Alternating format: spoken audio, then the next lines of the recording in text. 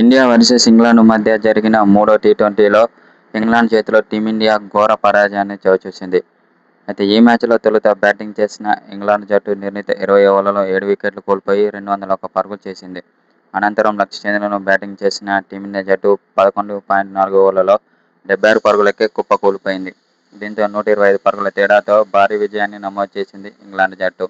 దీంతో 5 టీ20 సిరీస్లో భాగంగా 2-0తో వెనుకంజలో ఉంది టీమిండియా. అయితే అనంతరం టీమిండియా ఆటగాళ్లపై కీలక వ్యాఖ్యలు చేసిన మాజీ కెప్టెన్ రోహిత్ శర్మ నిన్న జరిగిన మ్యాచ్లో మాత్రం టీమిండియా చాలా చెత్తగా ఆడిందని అన్నాడు. బ్యాటింగ్లోనూ, బౌలింగ్లోనూ దారుణంగా విఫలమైందని అన్నాడు. ముఖ్యంగా బ్యాటింగ్ అయితే ఇంత చెండాలంగా ఉంటుందని అనుకోలేదని రోహిత్ శర్మ ఓ సోషల్ మీడియా ద్వారా తెలిపాడు. 76 పరుగులకు ఆలౌట్ అయిందనంటే నేను నమ్మలేకపోతున్నా అని రోహిత్ శర్మ అన్నాడు. మంచి బ్యాటర్లు ఉన్నా కూడా చాలా చెండాలంగా ఆడిందని అన్నాడు.